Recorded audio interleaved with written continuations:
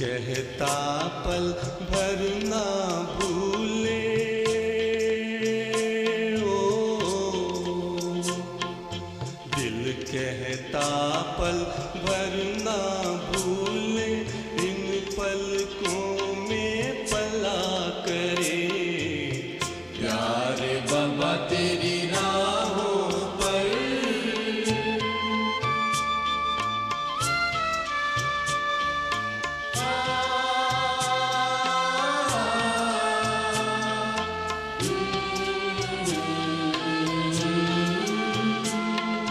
त्याग तपस्या सेवा का जो हमको लक्ष्य महान दिया, हमको लक्ष्य महान दिया। बेहद जग कल्याण भावना हमने अमृत पान किया, हमने अमृत पान किया। महातिमिर में तूफानों में, ओ महातिमिर में तूफानों में परम ज्योति बन जला करे प्यारे बाबा तेरी राहों पर चला करे, हम चला करे। सद्गुण से हम सवार जीवन और सभी का भला करे प्यारे बाबा तेरी राहों पर।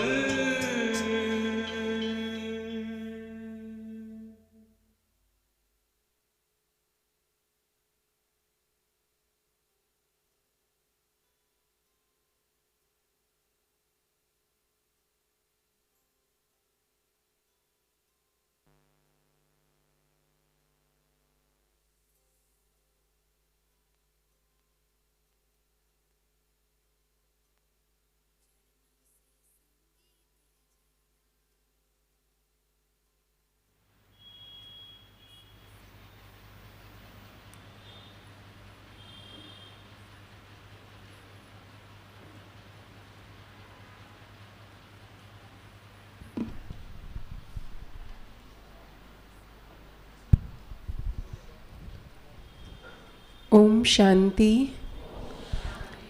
ओम शांति। हम सभी महसूस कर रहे हैं कि पिछले 4 दिनों से चंडीगढ़ की हवाएं बदली हुई हैं। आप भी महसूस कर रहे हैं सभी। वातावरण में एक अलौकिक खुशबू फैली हुई है, क्योंकि कौन आया है?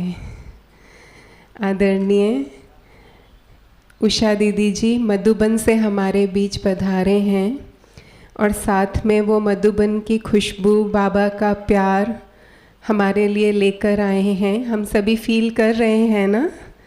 तो एक बार करतल ध्वनि से इस चंडीगढ़ फुलवाड़ी में दीदी जी का हम बहुत बहुत बहुत बहुत अभिनंदन करते हैं। अभिनंदन है, अभिनंदन है। साथ साथ हम दीदी जी का दिल से आभार भी व्यक्त करते हैं, जो दीदी जी ने इतना सहज हमारा निमंत्रण स्वीकार किया।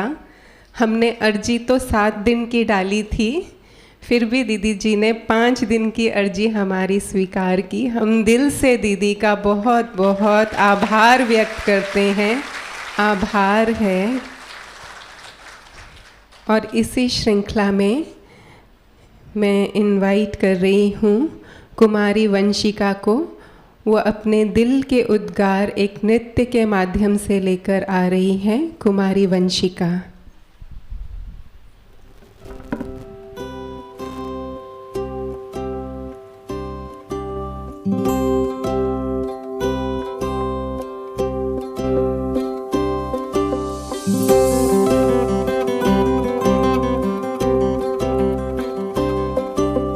झरनों से संगीत है झरता, झरनों से संगीत है झरता।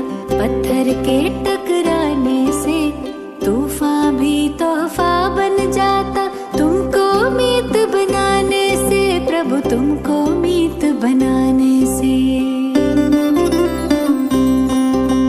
झरनों से संगीत है झरता, पत्थर के टकराने से, तूफान भी तोहफा बन जाता तुमको मीत बनाने से, प्रभु तुमको मीत बनाने से।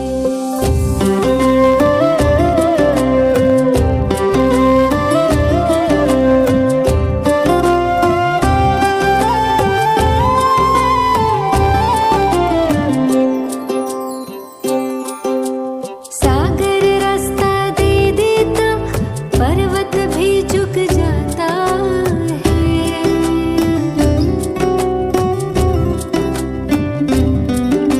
सागर रास्ता दे देता, पर्वत भी झुक जाता है। नामुमकिन मुमकिन हो जाता, वक्त भी रुक जाता है। हम जाने या तुम जानो,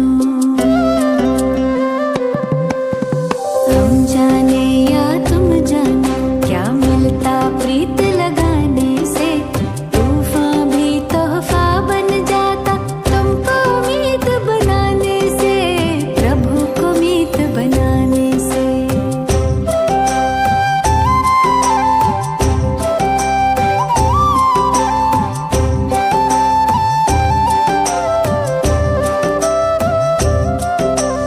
याचना ना कामना, तुमसे कुछ ना मांगे हम। याचना ना कामना, तुमसे कुछ ना मांगे हम। योग करें हम योग्य बने, प्रभु काम तुम्हारे आए हम।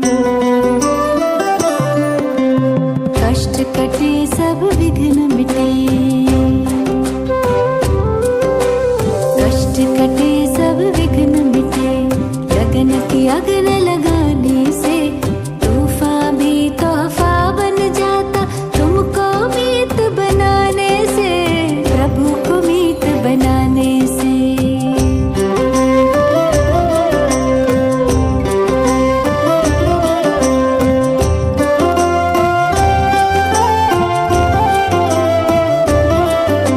सुख के दिन या दुख की रातें, मन की नैया ना डोले।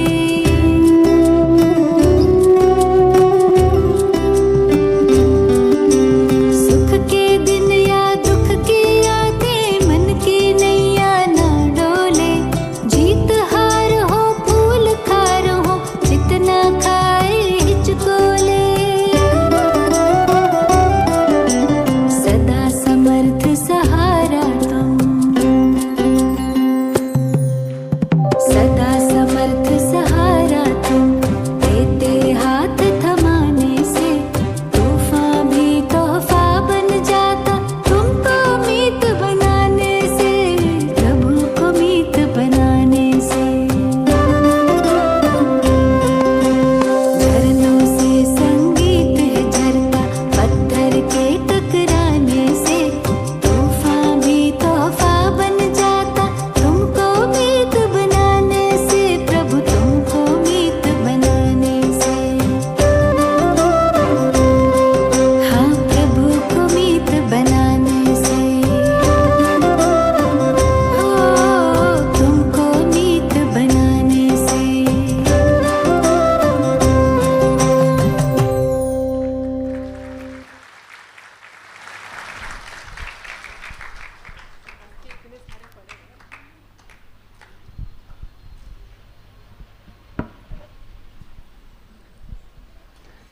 आगे जो भी माताएं बैठी हैं उनसे रिक्वेस्ट है थोड़ा थोड़ा और सिमट के बैठेंगे, क्योंकि अभी और भी बहुत सारे आ रहे हैं और ऊपर तक हॉल भर चुका है। तो थोड़ा सा आप धीरे धीरे आगे होके बैठेंगे। अभी इसी स्वागत श्रृंखला में कुमारी पलक, वो भी अपने मन के उद्गार दीदी जी के लिए नृत्य के माध्यम से लेकर आ रही हैं। कुमारी पलक।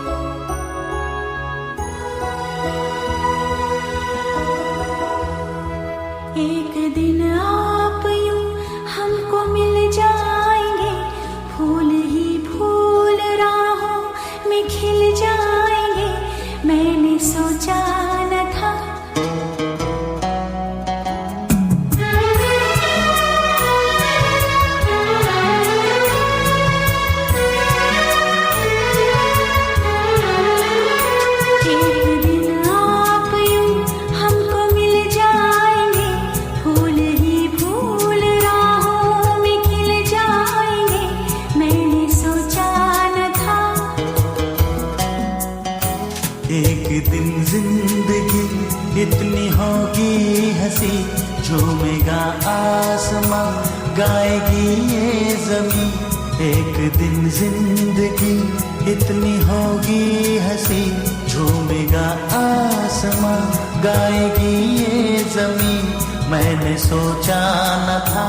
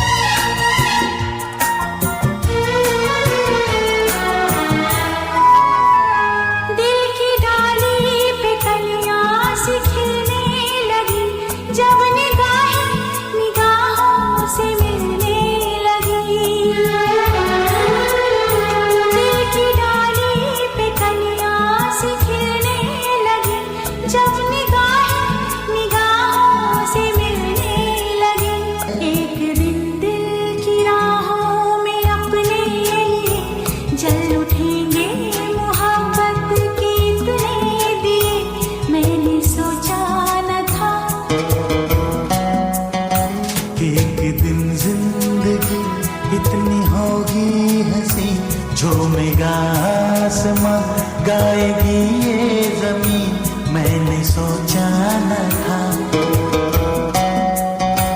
एक दिन आप यूं हमको मिल जाएंगे, फूल ही फूल राहों में खिल जाएंगे।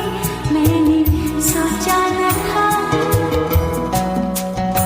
मैंने सोचा न था, मैंने सोचा न था।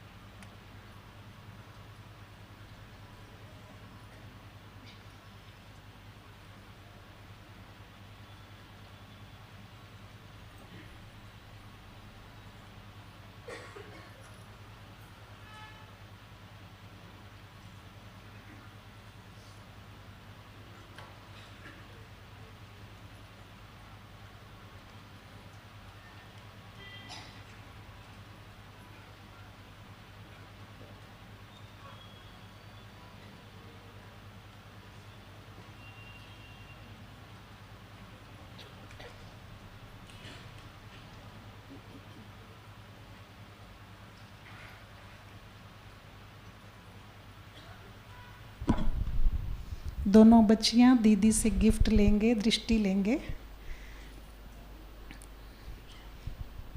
भाई फोटो खींचो अच्छे से इनके। हाँ, एक उस तरफ खड़े हो जाओ, दोनों साइड में खड़े हो जाओ। चलो चलो।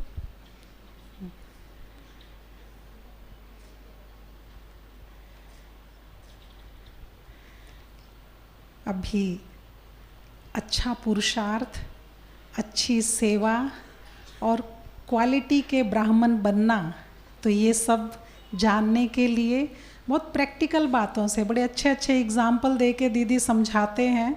कल का एग्जाम्पल कितना इंटरेस्टिंग था, दादाजी वाला, सुना सभी ने?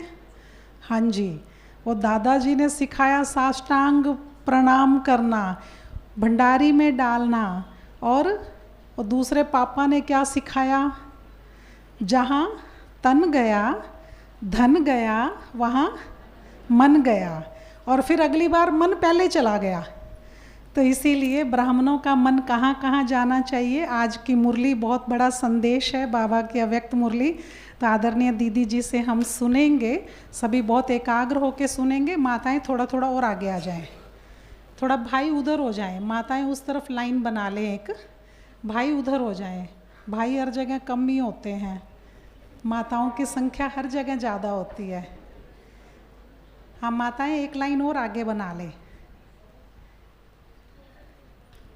Thank you very much. आदरणीय दीदी जी से हम सुनेंगे अभी। ओम शांति।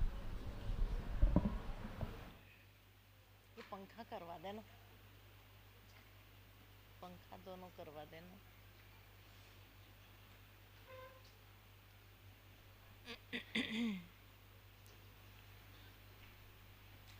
ओम शांति, ओम शांति,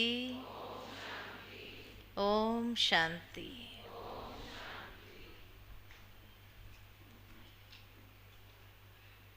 बाप दादा के आज के मधुर महावाक्य सुने। 3 प्रकार के राज्य और 3 प्रकार की राजनीति, है ना। 3 प्रकार के राज्य कौन से?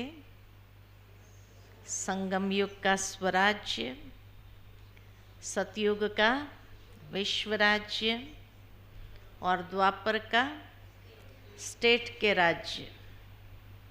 और राजनीति संगम युग की स्वराज्य की राजनीति क्या है? बाबा ने कितनी सुंदर राजनीति हम बच्चों को सिखाई कि अपनी कर्मेंद्रिय के ऊपर अधिकार प्राप्त कर लेना। और जो कर्मेंद्रिय के ऊपर अधिकार प्राप्त करते हैं उसका राज्य कैसा होता है? बेगमपुर के बादशाह, बेफिक्र बादशाह। और ये राजनीति किस आधार पर चलती है? संगम युगी राजनीति किस आधार पर चलती है? भूल गए? संगम युगी राजनीति किस आधार पर चलती है? स्नेह और श्रीमत। सतयुग की राजनीति किस आधार पर चलती है? हाँ, परिवार के आधार पर चलती है। लेकिन आधार कौन सा बताया? जैसे स्नेह और श्रीमत बताया, वैसे सतयुग की राजनीति किस आधार पर चलती है? स्नेह और संबंध। और फिर द्वापर की राजनीति,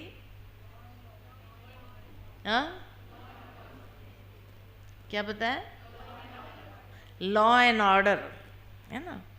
सतयुग में लॉ एंड ऑर्डर की ज़रूरत नहीं है, वहाँ अपने आप सब कुछ लॉ एंड ऑर्डर में चलता है। लेकिन द्वापर के बाद कलयुग में लॉ एंड ऑर्डर लागू करना पड़ता है ना? तो बाबा ने हम बच्चों को कितने सुंदर आज के महावाक्य से सजाया। हर एक ने अपने जीवन के अंदर उसको महसूस किया कि कितना स्नेह और श्रीमत को आधार बनाकर हम चल रहे हैं। और ये ब्राह्मण जीवन के अंदर कितना बेफिक्र बादशाह का अनुभव कर रहे हैं। बेगमपुर के बादशाह, जहाँ कोई गम न हो, जहाँ कोई फिक्र न हो, ऐसे बादशाह बनने के लिए क्या करना होगा? तो बाबा ने हम बच्चों को अभी समय अनुसार यही विशेष बात समझाई कि बच्चे तपस्या करनी है। अभी समय अनुसार हमें अपनी तपस्या को बढ़ाना है। वैसे तो हम सभी योग करते हैं और प्रतिदिन की मुरली में भी बाबा हम बच्चों का अटेंशन खिंचवाते हैं। बच्चे मुझे याद करो, मन मना भव, ये महामंत्र तो हम सभी को मिलता है ना। परंतु फिर भी बाबा जब कहते हैं कि बच्चे अभी अपनी तपस्या को बढ़ाओ, तो योग और तपस्या में क्या अंतर है? योग और तपस्या दोनों में क्या अंतर है? क्या कहेंगे? हाँ, तपस्या माना अपने को तपाना, और योग माना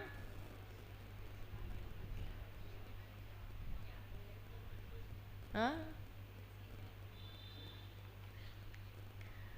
योग एक सब्जेक्ट है। योग माना सर्व संबंधों के आधार पर बाबा को प्रेम से याद करना। लेकिन तपस्या एक जीवन है। कैसे जीवन है? तो तपस्या में चारों सब्जेक्ट समा जाते हैं, ज्ञान, योग, धारणा और सेवा। ये चारों सब्जेक्ट मिलाकर तपस्या होती है। कैसे चारों सब्जेक्ट मिलाकर तपस्या होती है? बाबा हमेशा हम बच्चों को कहते हैं कि बच्चे, त्याग, तपस्या और सेवा। कहा ना, त्याग, तपस्या और सेवा। त्याग किस चीज का करना है हमें? हाँ, त्याग किस चीज का करना है हमें? चीज वस्तुओं का त्याग करने की बात बाबा ने नहीं कही है, लेकिन बाबा ने कहा बच्चे, मैं और मेरा, उसका त्याग करना है। सूक्ष्म त्याग के ऊपर बाबा ने हमारा अटेंशन खिंचवाया कि जो अहंकार या अभिमान मैंपन के कारण आ जाता है, उसका त्याग करना है। अब जब हम योग में बैठते हैं तो वहां तो मैंपन आता ही नहीं है। मैंपन कहाँ आता है? व्यवहार में आता है। जब हमारा संबंध एक दूसरे के साथ होता है, वहां मैंपन, मेरापन आता है। तो त्याग से ही तपस्या। इसलिए कहा तपस्या जीवन है। क्योंकि जब व्यवहारिक स्तर पर, जब संबंधों में कैसी भी सिचुएशन हो और मैंपन न आए, माना हमारी तपस्या फलीभूत हो रही है।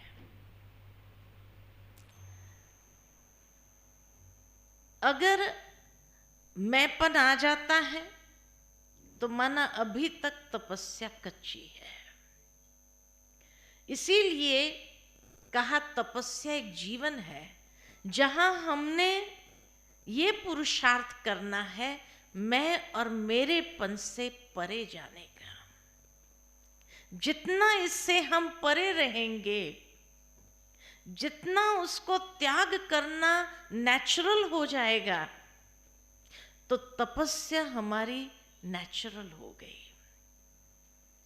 तपस्या का मतलब ये नहीं कि मैं 8 घंटा वो योग करती रहूं लगातार, और जैसे ही योग से उठी और किसी के साथ संबंध में आई और वहां मैं आ गया, तो मैंने तपस्या क्या किया? तो इसीलिए जहां त्याग है, मैं और मेरेपन का, ये सूक्ष्म जो बाबा ने बताया है, तब हमारी तपस्या स्वरूप निखारने लगेगी हमें बहुत सहजता से, जैसे हमारा स्वरूप बनने लगेगा। नहीं तो वो स्वरूप में आएगा ही नहीं, वो स्वरूप हमारा बनेगा ही नहीं। सेवा तो स्वरूप से होनी है ना। जो अंतिम सेवा होनी है वो किससे होनी है? उस समय तो ज्ञान सुनाने का टाइम नहीं होगा। बाबा कहे आपका स्वरूप सेवा करेगा, किसी को अनुभव कराएगा, किसी को साक्षात्कार कराएगा, किसी को आप देवी महसूस होंगे। तो वो कब होंगे? इसीलिए कहा त्याग जहाँ है वहाँ तपस्या नेचुरल हो जाती है और वो तपस्या हमारे स्वरूप को निखारने लगती है। और यही स्वरूप, ये दिव्य स्वरूप अनेकों की सेवा के निमित्त बन जाएगा, अनेकों को साक्षात्कार कराने के निमित्त बन जाएगा।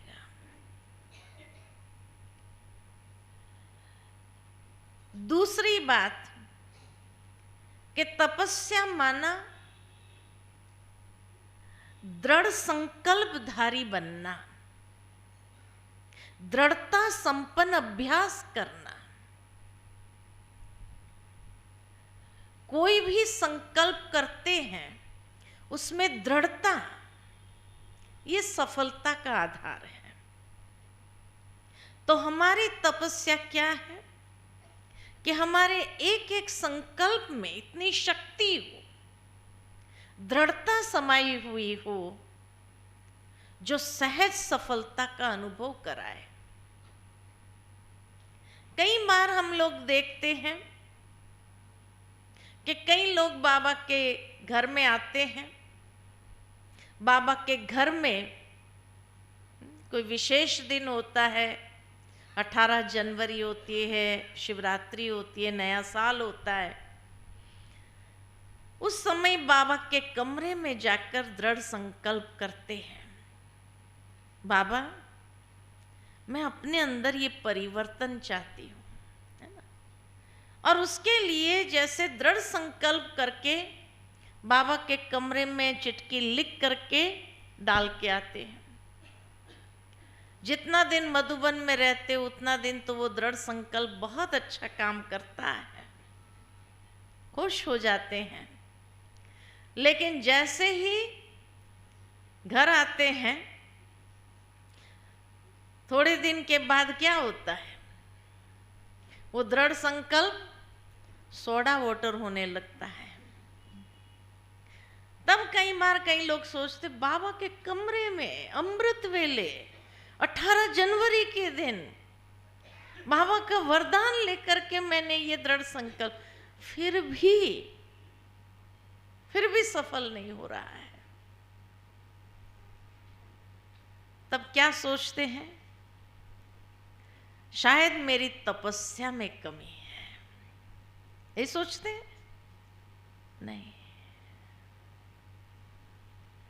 दृढ़ संकल्प जब किया है, ये नहीं कि आपके अंदर दृढ़ता नहीं है, आपकी तपस्या में कमी है, लेकिन कहीं न कहीं तरीका कहीं सही नहीं है।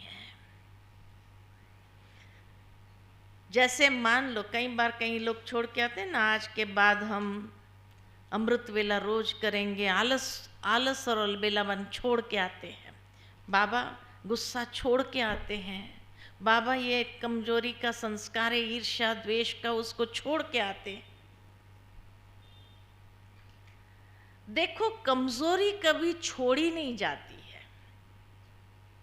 कमजोरी छोड़ी नहीं जाती है। आज मान लो ये कमरे में अंधेरा हो और कोई आकर कहे अंधेरे को निकालो, अंधेरे को निकालो, अंधेरे को निकाल सकते हैं? नहीं। क्यों? क्योंकि अंधेरे का स्रोत नहीं है, इसलिए अंधेरे को निकाला नहीं जाता है। लेकिन प्रकाश का स्रोत है, प्रकाश जलाओ तो अंधेरा भाग जाएगा। ठीक इसी तरह हमारे जीवन में जो कमजोरियां हैं, ये कमजोरी क्यों है? ये कमजोरी अंधेरा है, ये कमजोरी शक्ति के अभाव के कारण है। कोई ना कोई शक्ति का अभाव है, इसलिए ये कमजोरी है। अब आप बाबा के कमरे में चिट्ठी लिख करके आते हैं कि आज से ये कमजोरी मैं स्वाहा कर देती हूं, जिसका स्रोत ही नहीं है, उसको कैसे निकाला आपने? ये निकलेगा? इसलिए देखो भक्ति मार्ग में भी लोग भगवान के मंदिर में जाते हैं तो शक्ति मांगते, प्रभु शक्ति देना। कौन सी शक्ति मांगते हैं? अपनी कमजोरी को हर इंसान जानता है और उस कमजोरी से परेशान है, उस कमजोरी को निकालना चाहते हैं, लेकिन वो शक्ति नहीं है, इसलिए भगवान से शक्ति मांगते हैं कि हे प्रभु ये कमजोरी को समाप्त करने की शक्ति देना। अब आप चिट्ठी लिख कर के आते हैं, मैं ये कमजोरी छोड़ के जाती हूं। जिसका स्रोत ही नहीं उसको कैसे छोड़ा? हाथ में कमजोरी, हाथ हिल रहा है, आप कहो ये कमजोरी मैं छोड़ के जाती हूं, तो हाथ हिलना बंद हो जाएगा क्या? ताकत की चीज खानी पड़ेगी, शक्ति भरनी पड़ेगी, तब ये हाथ हिलना बंद होगा, कमजोरी के कारण जो हिल रहा है। ठीक इसी तरह हमारे अंदर भी जो कमजोरी है, उसका कौन सी शक्ति के अभाव के कारण है वो कमजोरी, उसको पहले ढूंढो, समझो। मान लो कि जैसे गुस्से की कमजोरी है, किसी को गुस्सा बहुत जल्दी आता है, तो पहले ये एनालाइज करो कि ये गुस्सा क्यों आता है, कौन सी शक्ति की कमी है। क्या सहन शक्ति की कमी है इसलिए गुस्सा आता है? धैर्यता की कमी है इसलिए गुस्सा आता है? कई लोगों को होता है ना, जल्दी करो, और कोई जल्दी नहीं करता तो गुस्सा आता है। तो धैर्यता की कमी है ना, इसलिए गुस्सा आया। या शांति की कमी है, अंदर है ही नहीं शांति, इसलिए गुस्सा आ रहा है। तो अपने व्यक्तित्व को देखो, कौन सी शक्ति का अभाव है जिसके कारण मेरे में ये कमजोरी है। अब मान लो कि आपने समझा कि हाँ भाई ये तीनों ही शक्ति की कमी है मेरे में, इसलिए गुस्सा आता है। तो गुस्से को समाप्त करने की विधि है, उस कमजोरी से अपने आप को मुक्त करने की विधि है कि प्रतिदिन अमृत वेला बैठो, सर्वशक्तिमान बाबा से शक्ति का आवाहन करो, शांति के सागर पिता से शांति की शक्ति का आवाहन करो, धैर्यता की शक्ति का आवाहन करो, सहन शक्ति का आवाहन करो। जैसे ही शक्ति का आवाहन, वो प्रकाश अंदर में जलाएंगे, और जैसे ही वो लौ जलने लगती है, धीरे धीरे अंदर की कमजोरी, वो अंधेरा दूर होता है। हफ्ता 10 दिन तक लगातार आप उस शक्ति का आवाहन करते जाओ, आप खुद महसूस करेंगे कि हफ्ता 10 दिन के अंदर आपका गुस्सा धीरे धीरे कम हो रहा है, बातें आएंगी। लेकिन ज्ञान का एप्लीकेशन होता है, नथिंग न्यू। बाबा ने तो कहा है ड्रामा एक्यूरेट है। क्यों मैं अंदर से अपने आप को भी उबालती हूँ, अपने खून को भी उबालती हूँ, दूसरों को भी डिस्टर्ब करती हूँ। तो जैसे ही ज्ञान का एप्लीकेशन होने लगता है, और जो बाबा से अमृत वेले हम प्रतिदिन शक्ति का आवाहन कर रहे हैं, दोनों का जब कॉम्बिनेशन होता है, तब धीरे धीरे वो ज्ञान और योग दोनों का जहाँ संबंध हुआ, तो धीरे धीरे वो कमजोरी परिवर्तित हो जाती है शक्ति में। फिर गुस्सा के बजाय आप दृढ़ हो जाते हैं, दृढ़ता अंदर में आती है। और जैसे ही दृढ़ता अंदर में आने लगी, उस दृढ़ता से आप विजयी हो जाते हैं। तो वो कमजोरी सदा के लिए समाप्त हो जाती है। चिट्ठी लिखने से नहीं होता है, समझ में आई बात? इसलिए जब चिट्ठी लिख करके आते हैं फिर भी वो सोडा वाटर हो जाता है दृढ़ संकल्प। इसलिए बाबा कहते हैं स्वयं को कौन सी शक्ति की आवश्यकता है उसको महसूस करो।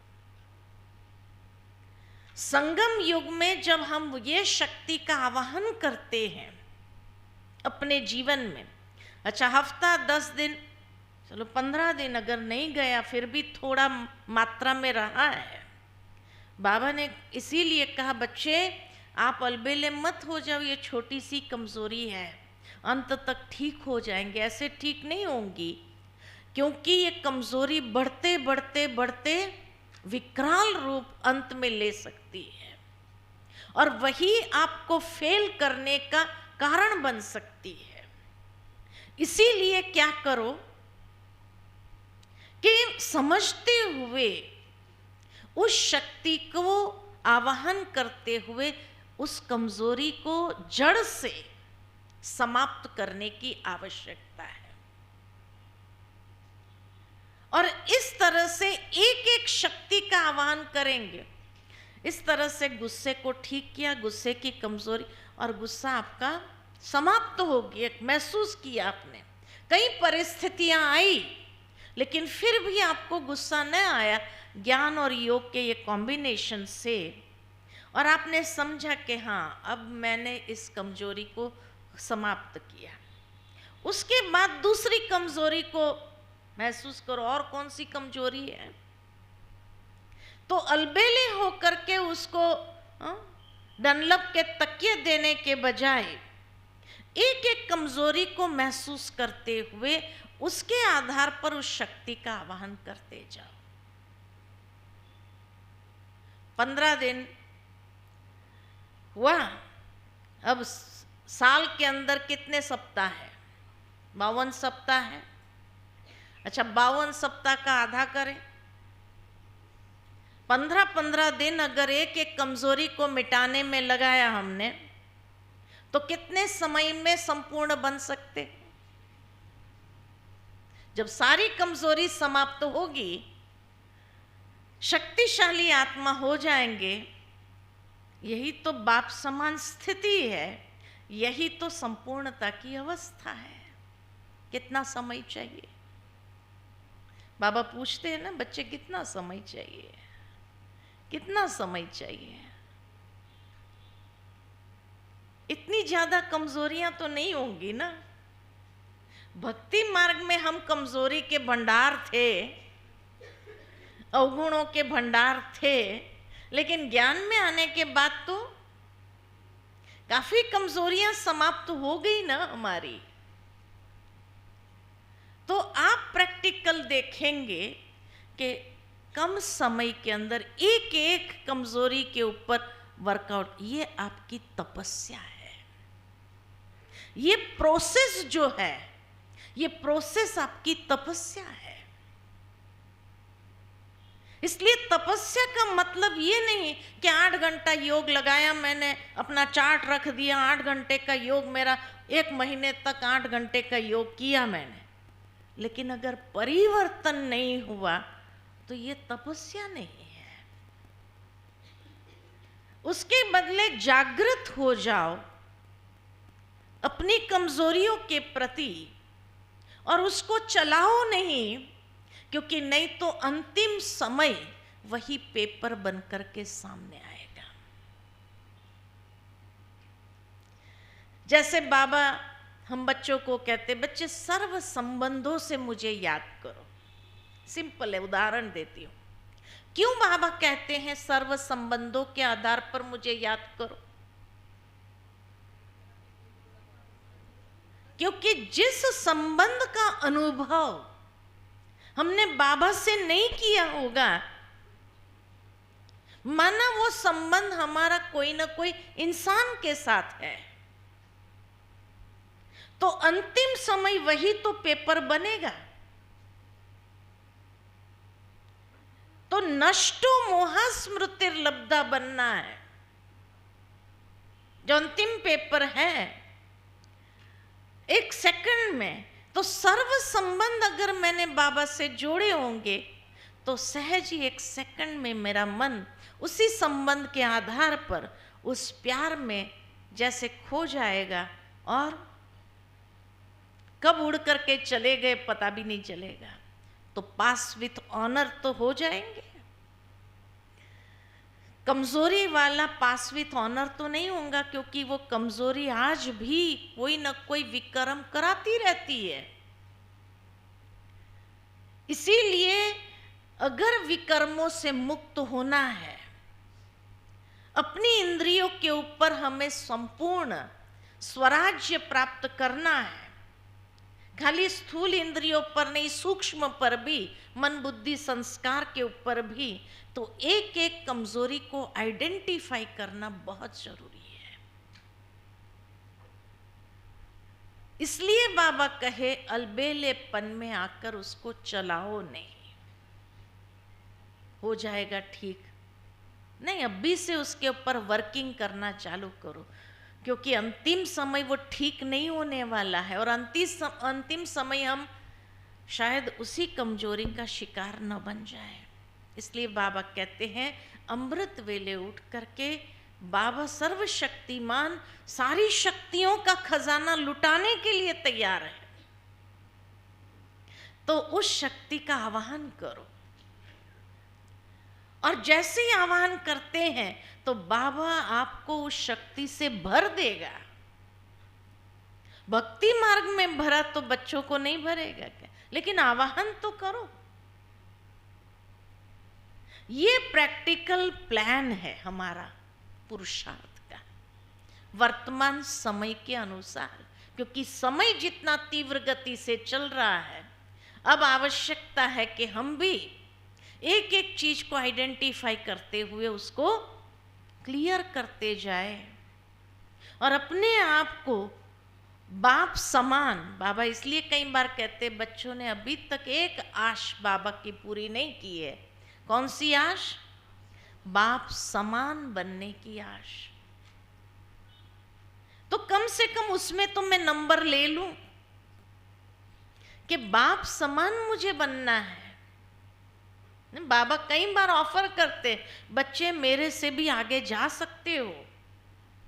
कई मुरलियों में बाबा ने कहा, अभी साकार मुरलियों में भी बाबा ने कहा कि ब्रह्मा बाबा के ऊपर तो कई मामले हैं, इसलिए वो भूल भी जाता है, उनको बच्चों का ख्याल भी कर, लेकिन आप बाबा से भी आगे जा सकते हो। ऑफर किया बाबा ने। जब बाबा भी 2:30 बजे उठ करके योग क्या करते थे, बाबा 2:30 बजे उठ करके बाबा शक्तियों का आवाहन करके अपनी एक एक कमजोरी को बाबा ने मिटाया, उसके ऊपर अधिकार प्राप्त कर लिया। और इसीलिए आज तक भी बाबा की साकार में भी दादियों ने कोई कमजोरी बताई हो कि ये बाबा की कमजोरी थी, और बाबा ने ऐसा पुरुषार्थ किया, वैसा कभी कोई दादियों की कहानियों में सुना क्या? नहीं सुना। मम्मा रोज उठ करके क्या करती थी? यही शक्तियों का आवाहन, शक्ति स्वरूप, और फिर वो शक्ति की सकाश, तभी तो हम दूसरों को दे सकेंगे। आज मुझ में ही शांति नहीं है तो मैं शांति की सकाश दूसरों को कैसे दे सकती? सकाश इतनी अपने में भरो, शक्ति को इतना भरो, जो अंतिम समय जो परेशान आत्मा, अशांत आत्मा आपके सामने आए और बस आपके नैनों से उसको सकाश प्राप्त होती रहे, तो मैंने भरी होगी तभी तो मैं दे सकूंगी। तो ये भरने की प्रक्रिया जो है ये तपस्या है, दृढ़ता संपन्न अभ्यास करना। कई लोग कहते हैं लेकिन हमारे में दृढ़ता है ही नहीं, कितना हम कोशिश करते हैं वो दृढ़ता आती नहीं। ये तो हम मानने के लिए तैयार नहीं कि आप में दृढ़ता नहीं है। देखो, बाबा के बच्चे बने आप, 7 दिन का कोर्स जब किया, याद करो, उसके बाद जैसे जैसे रोज मुरली सुनना चालू किया, परिवार वालों ने आपको कहा होगा, अब 7 दिन पूरे नहीं हुए क्या? ये क्या है रोज रोज सुबह सुबह भागने का? कहा कि नहीं कहा? फिर भी आप रुके नहीं? रुके। उसके बाद जैसे ही आपने प्याज लहसुन बंद किया, क्या कहा परिवार वालों ने? ये कौन सा नया धर्म है? हाँ, प्याज लहसुन ये तो दवाई है, हार्ट के लिए अच्छी है। हाँ, ये कौन सा ज्ञान सुन के आ रहे हैं आप? फिर भी आप रुके नहीं? रुके ना? अच्छा, उसके बाद जैसे जैसे एक एक धारणा करते गए, हर बार आपने डांट खाई कि नहीं खाई? फिर भी आप रुके। दृढ़ता है ना आप में। उसके बाद जैसे ही आपने अमृत वेले उठना चालू किया, क्या कहा परिवार? हाँ, ये आधी रात उठ के क्या कर रहे हैं आप? उनके लिए तो आधी रात है ना, वो 1 बजे के बाद तो सोते हैं, और 4 बजे आप उठ करके बैठ रहे हैं, तो क्या कहेंगे? ये आधी रात में कौन सा जादू मंत्र कर रहे हो? हाँ, सो जाओ, नहीं उठना है। फिर भी सोएगे आप, चाहे चुपके से उठ करके बैठ करके बाबा को याद करते रहे ना। तो हर एक बड़ी से बड़ी धारणाएं आपने की और ब्राह्मण बने, कोई आपको रोक नहीं सका। तो दृढ़ता के बिना कर सके। उस समय तक तो इतना योग भी नहीं था, तो भी आपके अंदर दृढ़ता थी। तो अब छोटी छोटी कमजोरियों के लिए आप कहो कि मेरे अंदर दृढ़ता नहीं है, ये मानने को आएगा? ये मानने को आएगा? बड़ी से बड़ी बातें आपने क्रॉस कर ली और दृढ़ संकल्प से आप विजयी हो गए कि कोई आपको उस रास्ते से वापस नहीं कर सका, घुमा नहीं सका। इतनी दृढ़ता आपके अंदर थी। और अभी आप कहे कि ये छोटी सी कमजोरी के लिए मेरे में तो दृढ़ता है ही नहीं, कोई मानेगा? भगवान के आगे भी अगर आपने ये बहाना दिया तो मानेगा बाबा? कि साक्षात्कार कराएगा पहले दिनों को? हाँ, आरंभ के दिनों का साक्षात्कार कराएगा? जब एक एक बात की धारणा, बड़ी से बड़ी धारणाएं आपने कर ली और इतने दृढ़ रहे कि इतने सालों तक आप उसको फॉलो कर रहे हैं, तो कौन कहता है कि आपके अंदर दृढ़ता नहीं है? मानने में आएगा? नहीं मान सकते हैं ना। बस शक्ति का आवाहन करो, ये सही तरीका है कि आप जितना शक्ति का आवाहन करते जाएंगे, कमजोरी भरती जाएगी और आप सशक्त होंगे, और सशक्त होते ही आप उसके ऊपर, उस कमजोरी के ऊपर विजयी हो जाते हैं। चिट्ठी लिख देने से, आपने ये सारी धारणाएं करने के लिए चिट्ठी लिखी क्या बाबा को? हाँ, अमृत वेला उठने के लिए चिट्ठी लिखी क्या? हाँ, प्याज लहसुन बंद करने के लिए चिट्ठी लिखी क्या? नहीं ना। दृढ़ संकल्प से हो गया ना।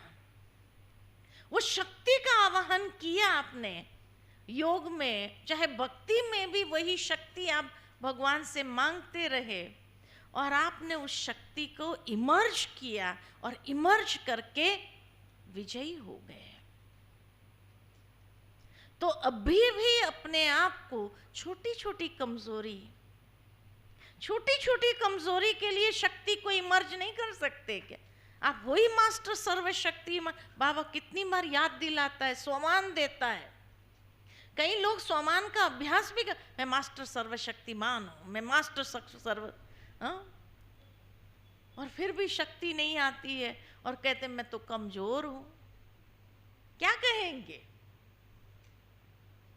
तो तपस्या का मतलब है जहां दृढ़ता संपन्न अभ्यास हो और उस दृढ़ता से हर कमजोरी के ऊपर विजयी का अनुभव करना। संगम युग में हम बाबा से शक्ति का आवाहन करते हैं, लेकिन यही शक्ति सतयुग के अंदर सद्गुण में परिवर्तित हो जाती है। इसीलिए देवताओं की महिमा में सर्वगुण संपन्न कहेंगे, सर्वशक्ति संपन्न नहीं कहा जाता है, क्योंकि शक्ति हम संगम युग में अपने अंदर आवाहन करते हैं और यही शक्ति हमें संपूर्ण बनाती है, देव स्वरूप तक, उस लेवल तक ले जाती है। इसलिए बाबा कहते हैं कि देवताओं की महिमा में शक्ति का गायन नहीं है। देवताओं को शक्ति की आवश्यकता ही नहीं, उनके जीवन में कमजोरी ही नहीं है, क्योंकि संगम युग में हमने सारी कमजोरियां शक्ति से भर दिया और उस संपूर्णता को प्राप्त कर लिया। इसलिए सर्वगुण संपन्न, 16 कला संपूर्ण, संपूर्ण निर्विकारी, ये सारी महिमा, लेकिन सर्वशक्ति संपन्न ये देवताओं की महिमा में नहीं गाया जाता है। साथ ही साथ तपस्या माना, तीसरी बात, तपस्या माना जीत। बाबा की मुरली में आपने कई बार सुना होगा, जहां जीत वहां जन्म। जैसे ही जीत प्राप्त की, उसी क्वालिटी का जन्म हमें प्राप्त होता है। जहां जीत वहां जन्म। अगर रॉयल फैमिली में जाना है तो भी जीत से जन्म, अगर साधारण प्रजा में जाना है तो भी उस अनुसार जीत और जन्म। तो जीत किस पर? 5 बातों पर जीत पानी है। कौन सी 5 बातें? इंद्रिय जीत, कर्मेंद्रिय जीत, दूसरा संस्कार जीत, तीसरा प्रकृति जीत, चौथा माया जीत, और 5वां निद्रा जीत। है ना? ये 5 बातों पर जीत प्राप्त। जितने परसेंटेज में जीत पाई है, उसी अनुसार, उसी क्वालिटी का जन्म है। जहां जीत वहां जन्म। बाबा की साकार मुरलियों में ये बात आती है, अगर आपने ध्यान से, कि जहां जीत वहां जन्म। यानी जितनी हमारी जीत की मात्रा अधिक, उतना हम सतयुग के अंदर भी उस अनुसार का जन्म प्राप्त करते हैं। तो कर्मेंद्रिय जीत। आज की बाबा की जो मुरली है कि अपने आप को देखो, मैंने कितनी कर्मेंद्रिय पर जीत प्राप्त की।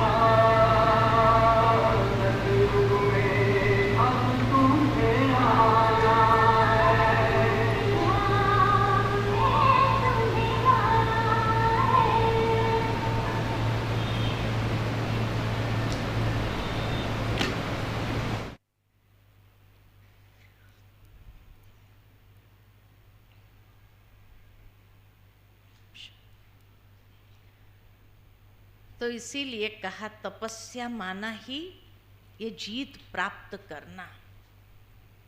और उसके लिए जो पुरुषार्थ मैं अपनाती हूँ, जिस विधि को अपनाती हूँ, ये हमारी तपस्या है। योग में बैठने से कोई हम ये सभी के ऊपर जीत प्राप्त कर लेंगे, ऐसे नहीं होता है। प्रैक्टिकल कर्म में आएंगे तभी तो मुझे पता चलेगा कि मैंने कितना जीत पाई है, मैं स्वराज्य अधिकारी कितना बनी। ये मेरी तपस्या है ना। अपनी कर्मेंद्रिय के ऊपर कितना अधिकार पाया है, मन बुद्धि के ऊपर कितना अधिकार पाया है, ये हमारी तपस्या है। दूसरा जो कहा, संस्कार जीत। संस्कारों को जीतने के लिए क्या करना पड़ेगा?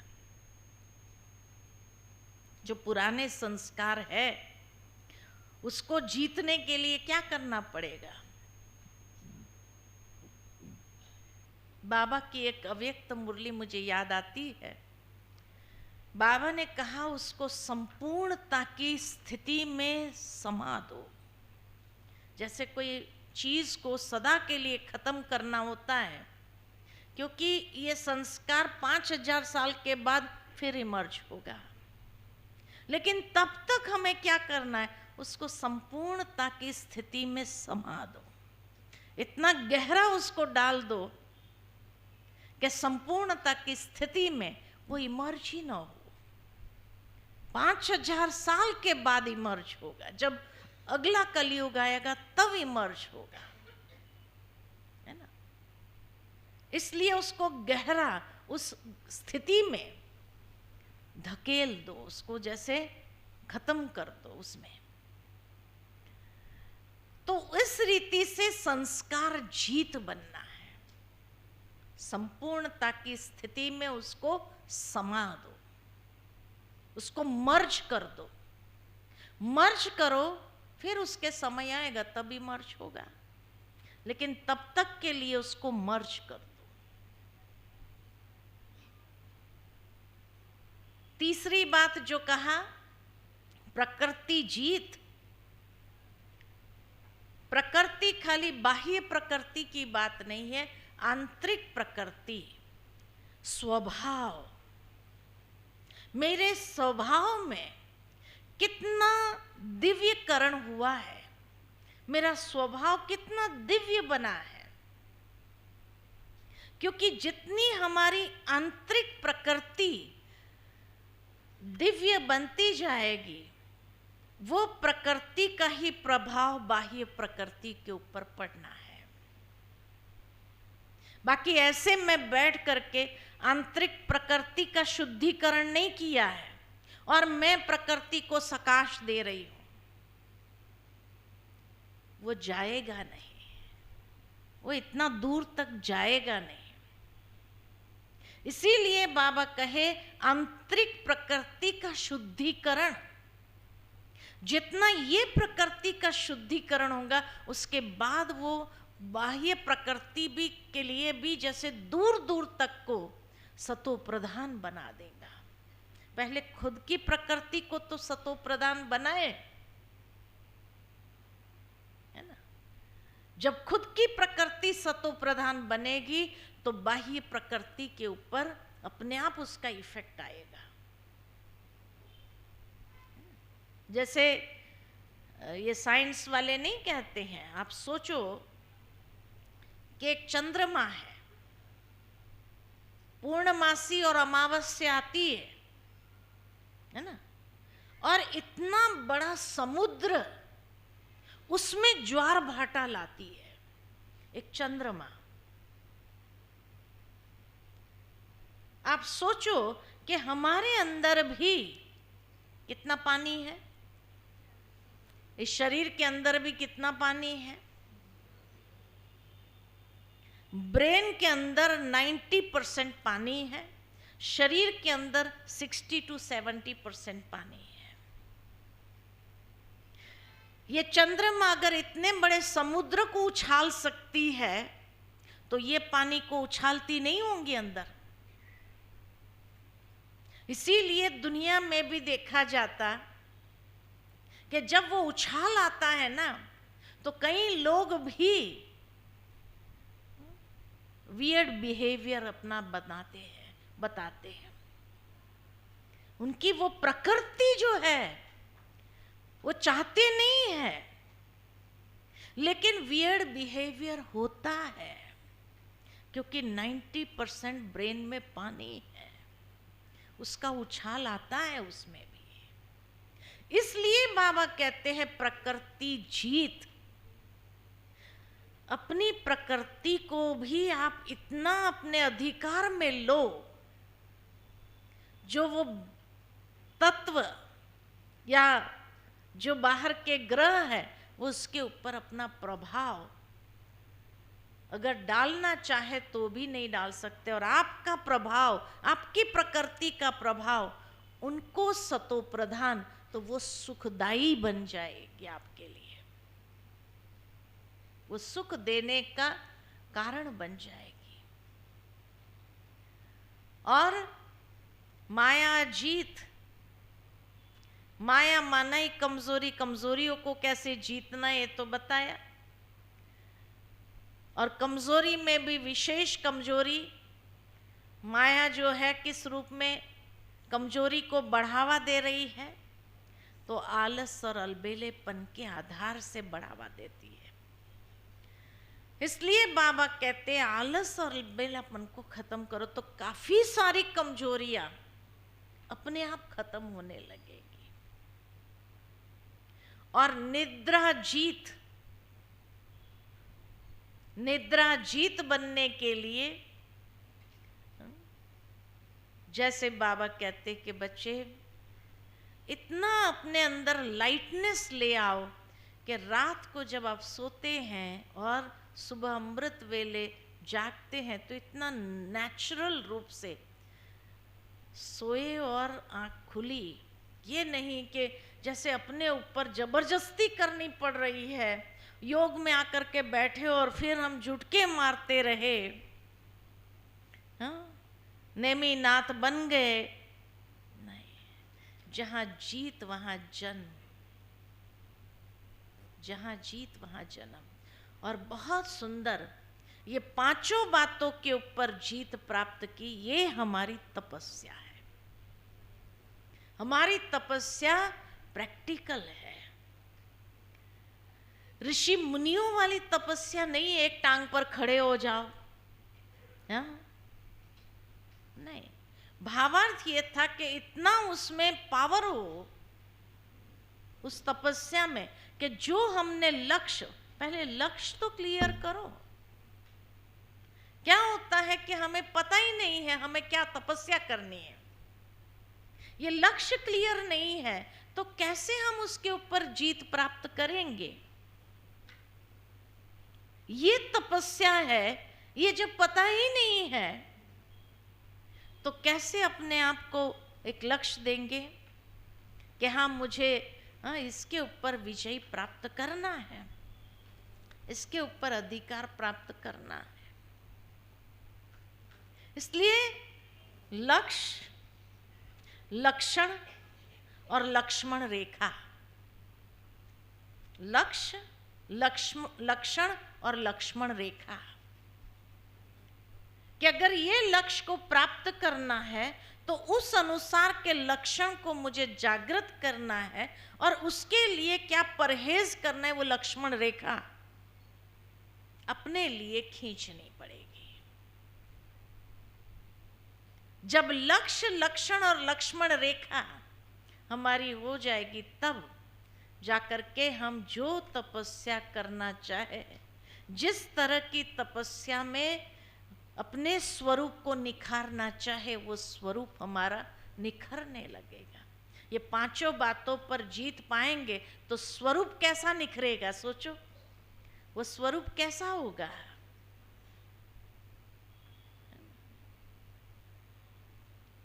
ऐसा नशा उसमें दिखाई देगा, और उसमें जैसे हमारा आत्मविश्वास और निश्चय की कैपेसिटी बढ़ जाएगी।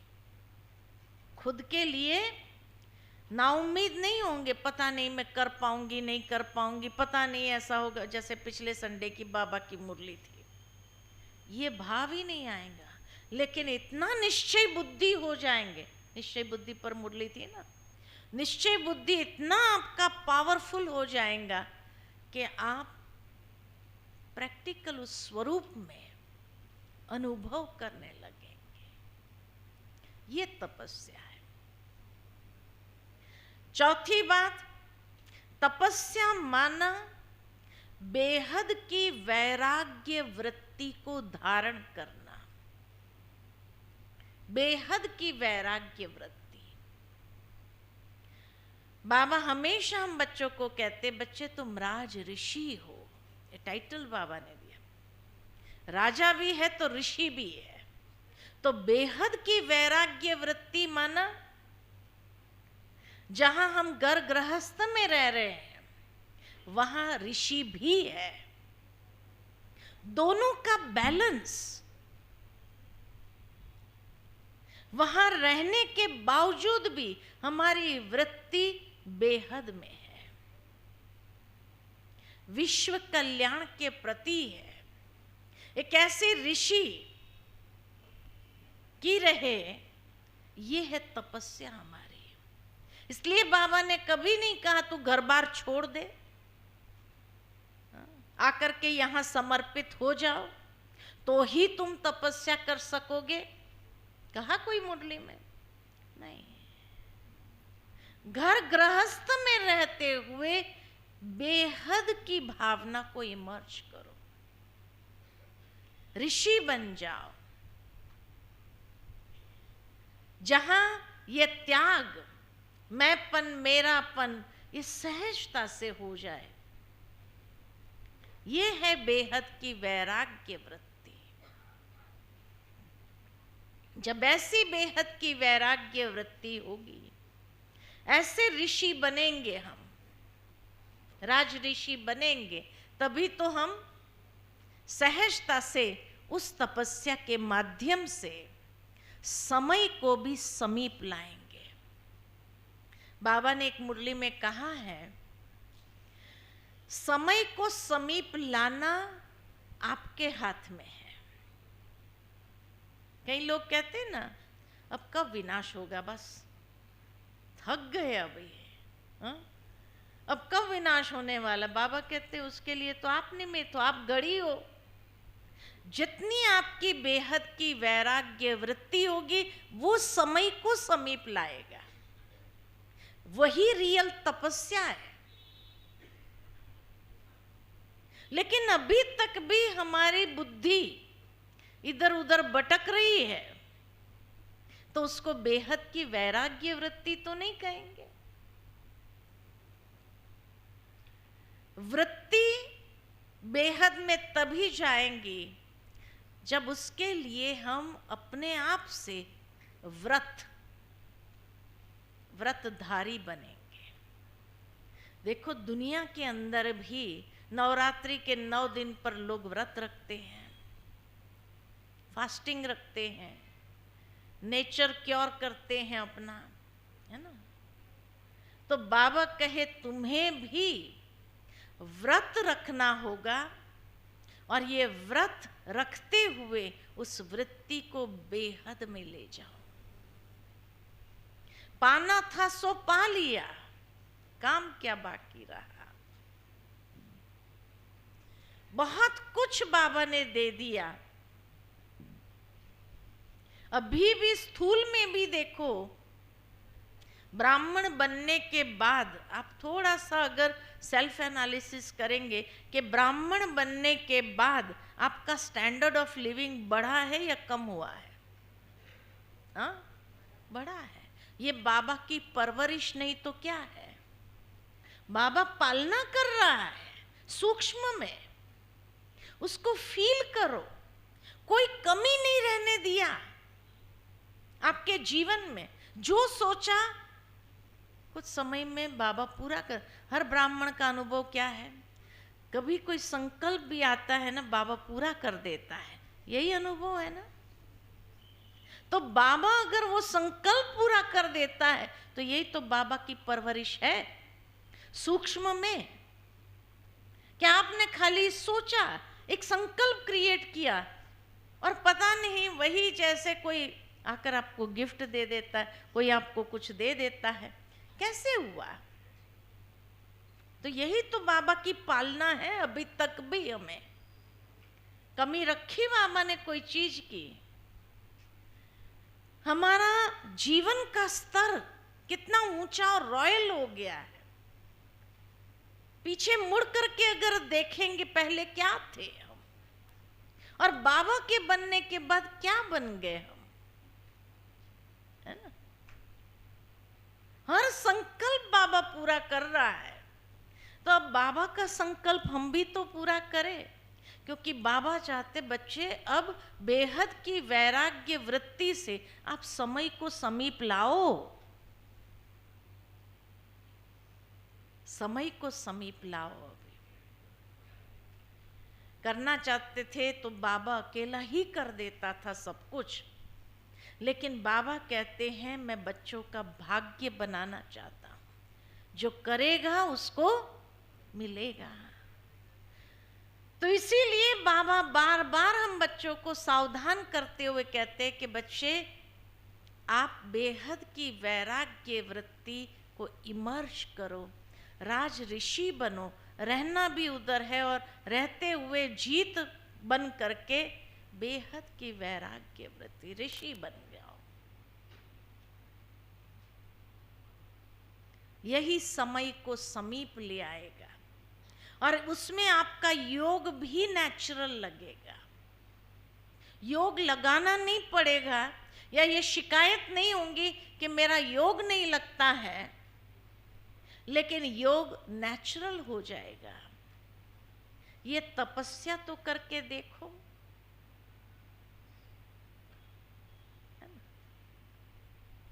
और छठी बात, 5 बताई ना। छठी बात है कि तपस्या माना एकाग्रता पूर्ण अभ्यास, मन की एकाग्रता को बढ़ाना है। जितनी हमारे एकाग्रता पूर्ण अभ्यास होगा उतनी हमारी तपस्या, कोई भी काम करो एकाग्रता के साथ करो, हड़बड़ हड़बड़ में गड़बड़ नहीं करो, है ना। कई लोगों का नेचर होता है हड़बड़ हड़बड़ हड़बड़ हड़बड़, नहीं, आप धैर्यता से गंभीरता से कोई भी कार्य करो, एकाग्रता से करो। वो बात नहीं कई बार मैंने सुनाई है कि एक बार बाबा दिल्ली गए थे और रजौरी में बाबा क्लास कराते थे। बाबा लगभग 10-15 दिन वहाँ रहे थे, रोज सुबह का क्लास कराते थे। तो उस समय तो बहुत सेंटर्स कम थे और दूर दूर से भाई बहनें आते थे। तो 2 माताएं कहीं दूर से आती थी और आकर के वो पहली बस पकड़ती थी तो जल्दी आ जाती थी, तो पहला नंबर बैठती थी। बाबा की मुरली बड़े प्यार से सुनती थी। एक दिन ऐसा हो दोनों माताएं आई नहीं।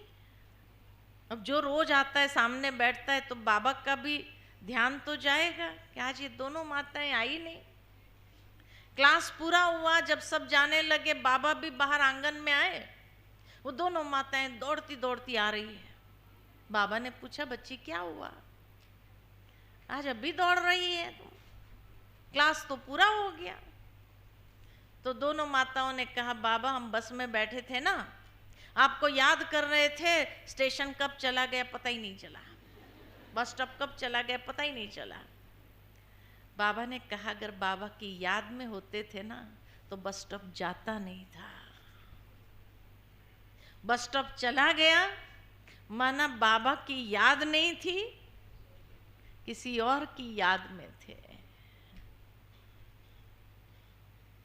भावार्थ ये कि जहां बाबा की याद एकाग्रतापूर्ण होंगी वहां बाबा टच करेगा आपको। एक्यूरेसी होगी, उसमें कोई गड़बड़ नहीं हो सकती है, उसमें कोई नुकसान नहीं हो सकता है, उसमें कोई कमी नहीं रह सकती है, उसको कहते एकाग्रता पूर्ण अभ्यास। कोई भी कार्य करे एकाग्रता पूर्ण करे, यही हमारी तपस्या है। ठीक है ना? तो ऐसी तपस्या करेंगे ना, इसलिए कहा जीवन ही तपस्या है, तपस्वी जीवन है हमारा, हर कदम में तपस्या है। योग तो खाली बैठकर करना है, लेकिन तपस्या हर कदम में है। ठीक है? अच्छा, ओम शांति।